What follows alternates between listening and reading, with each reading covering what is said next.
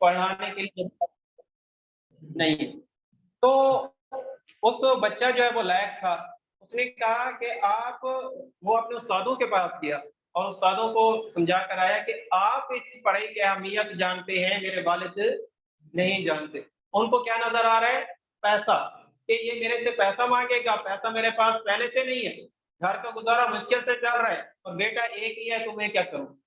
तो आप इतनी मेरे वालिद से गुजारिश करवा दें कि मुझे पढ़ने के लिए टाइम दे दे और पैसा मैं उनसे नहीं मांगता, ठीक है।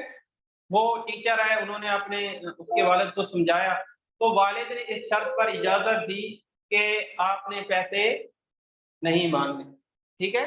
ये साफ और क्लियर बात कर दी कि कल को कहा कि फीस के पैसे दे दे, खर्चे के पैसे दे, मेरे पास कुछ नहीं। तो उस लड़के ने मेहनत की, मुल्तान में दाखिला लिया, एसएससी की, एसएससी में अच्छे नंबर लिए, फिर इंजीनियरिंग यूनिवर्सिटी लाहौर में दाखिल हुआ, वहाँ स्कॉलरशिप पे दाखिला हो गया। बहरहाल अपनी मेहनत से वो पढ़ा और उसने पढ़ाकर घर भी सपोर्ट की और खुद भी पढ़ता रहा। आज लाहौर के अंदर उसके पास कोठी है, उसके पास गाड़ी है, उसके वालिदैन उसके पास मौजूद है। ये एक मुशाहदा भी है और आंखों देखा हाल भी है। अगर वो वक्त वो पढ़ना चाह रहा था, उसके वालिद नहीं पढ़ने दे रहे थे, वो उसको मिस कर देता, तो आज इस पोजीशन पे पहुंचता। ये सिर्फ स्कूल कॉलेज की मिसाल नहीं, हमारे दीनी हलकों में भी इसकी सैकड़ों मिसालें आपको मिल जाएंगी, जिन्होंने बर वक्त स्टेप लिया और पढ़े और वक्त को ज़ाया नहीं किया, आज वो कहाँ से कहाँ पहुंचे, ठीक है।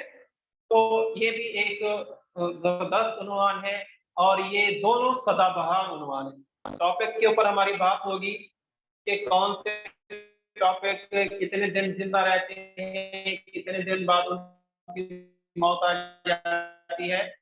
तो बहरहाल ये दोनों जो उन्वान है ये सदाबहार इनकी जिंदगी है। जब भी आप इसको लगाना चाहें तो इसको अखबार के ऊपर लगा सकते हैं, ठीक है। और कौन से दोस्त है जी? देखिए ये मुताले के, अगर ये मुताला ना करते तो इस तरह के पॉइंट इनको ना मिलते जी।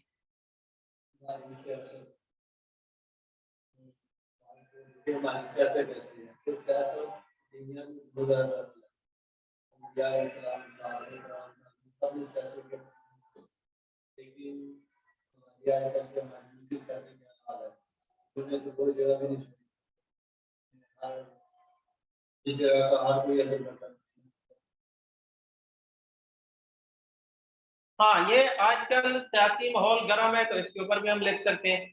लोग कहते हैं कि उलमा का सियासत से क्या ताल्लुक है, तो हम अगर उनको तारीख का आईना दिखाएं तो वो खुद भी मान जाएंगे कि सियासत काम ही किन लोगों का है, उलमा का है, ठीक है। तो इसके ऊपर भी हम बहुत कुछ लिख सकते हैं। तो बहरहाल बात चल रही थी मुताले की, मुताला अपनी ज़िंदगी में लाएं। और दो चीज़ें थी, एक आपको याद है, दो चीज़ें कल मैंने क्या पढ़ी थी इसके मुतालिक? कल दो चीज़ें मैंने आपको पढ़ी हैं, दो उन्वान, कि ये लिखाई में अहम किरदार अदा करते हैं, मुताला और मुशाहदा। मुताला और मुशाहदा। मुताले की तो बात होगी, मुशाहदा मैंने आपको बता दिया, ठीक है। इस तरह आपकी ज़िंदगी में भी काफ़ी सारे वाक़यात हैं जो आप चाहते हैं कि ये दूसरे लोगों तक पहुँचे और वो इससे सबक हासिल करें, ठीक है। तो मुताला और मुशाहदा ये दोनों बहुत अहम किरदार अदा करते हैं इंसान की तहरीर में जी। आगे और अगली स्लाइड है, ये था। अच्छा, ये एक पैराग्राफ लिखा हुआ है, तो अब इसको पढ़ना चाहे तो पढ़ सकता है इसको। इससे पीछे से थोड़ा करें, क्या कहना चाह रहे थे? चलें इसको पढ़ लेते हैं जी जी जी, सबको पता है। अच्छा मजमून देखने के लिए वसीह मुताला बहुत जरूरी है। इस मौजू पर आप देखना चाहते हैं उससे मुतालिक अखबारात, रसाइल और कुतुब का मुताला करें और इस मौजू के मुतालिक वाक़ई तैयार है।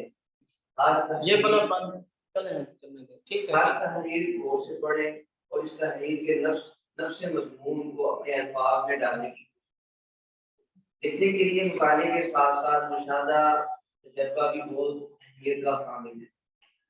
مطالعے میں مشاہدے اور تجربے سے ہی انفرادیت پیدا ہوتی ہے۔ اگر آپ اچھا لکھائی بننا چاہتے ہیں تو ان دونوں چیزوں کو اپنا لیں۔ آپ شیخ سعدی کی گلستان کو دیکھ لیجیے، مولانا رومی رحمہ اللہ کی مصنوعی کا مطالعہ کر لیں۔ یہ سب کتابیں مطالعے کے ساتھ ساتھ بے مثال مشاہدے سے لکھی گئی ہیں۔ اگر یہ بات ابھی بھی نہیں سمجھ آئی تو احسان دانش کی یہ چند لفظ پڑھ لیجیے، احسان دانش کی یہ چند الفاظ پڑھ لیجیے۔ آگے۔ ایک دفعہ چاندنی رات ہوا بند سی ہو گئی۔ اب دیکھو ایسا پتہ چل رہا ہے کہ ہم لکھنے والے کے ساتھ ساتھ چل رہے ہیں۔ ہوا بند سی ہو گئی، درختوں کی ٹہنیوں نے گردنیں ڈھلکا دی، آسمان پر ہلکے ہلکے ابر پارے تیرتے لگے، مگر پھر ہوا کے جھونکوں سے سرسراہٹ پیدا ہوئی۔ میں نے آسمان کی طرف دیکھا، چاند پر ایک مرے ہوئے چتکبرے خرگوش، یہ نا تھوڑا کریں، زوم کم کریں، یہ اتنی کلیئر نظر ہے۔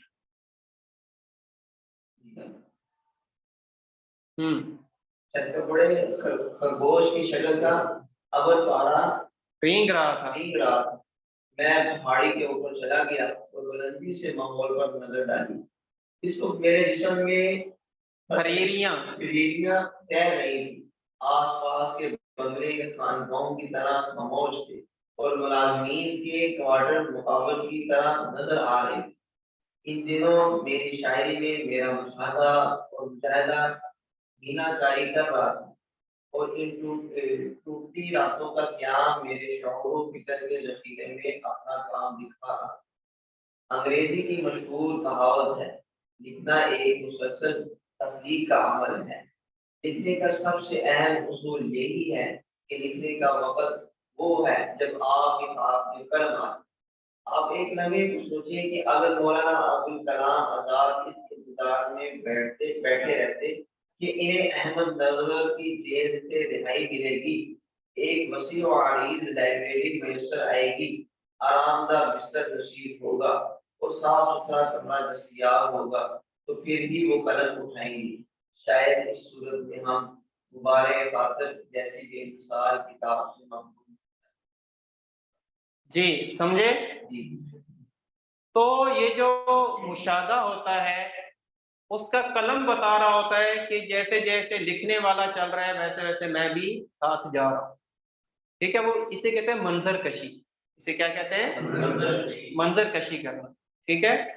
تو مضمون میں یہ بھی ایک دلچسپ چیز ہے، جب آپ کسی چیز کی منظر کشی کھینچتے ہیں لکھتے ہیں تو اس کا مزہ ہی الگ ہوتا ہے پڑھنے میں، ٹھیک ہے؟ ہاں جی، کس کتاب کا کب مطالعہ کیا؟ اور آگے جی بس ادھر ہی رہے۔ ہاں، کس کتاب کا کب مطالعہ کیا جائے، ایک کب زیادہ لگ گیا، یعنی کہ ہم کس وقت مطالعہ کر سکتے ہیں اور کہ کون سی کتاب کا اور کس وقت، یہ دو باتیں، کتاب کون سی ہو اور وقت کون سا۔ جی عام طور پر کتابیں تین طرح کی ہوتی ہیں۔ نمبر ایک، گہرے اور دقیق علوم پر مشتمل کتابیں۔ نمبر دو، آسان مضامین پر مشتمل کتابیں۔ نمبر تین، طبیعت میں اشاعت لانے والے دلچسپ مضامین پر مشتمل کتابیں۔ دیکھیں، انسان کی جو کیفیت ہے وہ کبھی تو تھکا ہوا پن محسوس ہوتا ہے، بوجھل سا، ٹھیک ہے؟ کبھی انسان کیا ہوتا ہے، فریش ہوتا ہے، تر و تازہ ہوتا ہے۔ تو اگر ہم بوجھل اور تھکے ہوئے حالت میں دقیق کتاب اٹھا لیں تو مطالعہ کر سکیں گے؟ ہاں، پہلے طبیعت اس طرح کی ساتھ نہیں دے رہی، اوپر سے کتاب اتنی ہم نے اٹھا لی ہے تو ہم کبھی بھی اس کا مطالعہ نہیں کر سکتے۔ لیکن کبھی ہم کیا ہوتے ہیں، حشاش بشاش ہوتے ہیں، تر و تازہ ہوتے ہیں، ٹھیک ہے؟ پڑھنے کا ہمارا دل کر رہا ہوتا ہے۔ تو یہ دو کیفیت الگ الگ ہے۔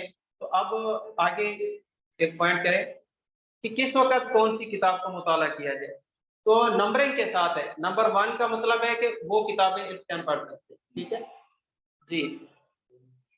مطالعے کے وقت، ہاں مطالعے کے وقت کی تین قسمیں ہیں۔ ہاں، نمبر ایک، یکسو भी खलवत और तबीयत में इशार का नंबर 2 इस वक्त आप कौन सी किताबों का मुताला कर सकते हैं? ठीक है, क्योंकि जिस्म आपका साथ दे रहा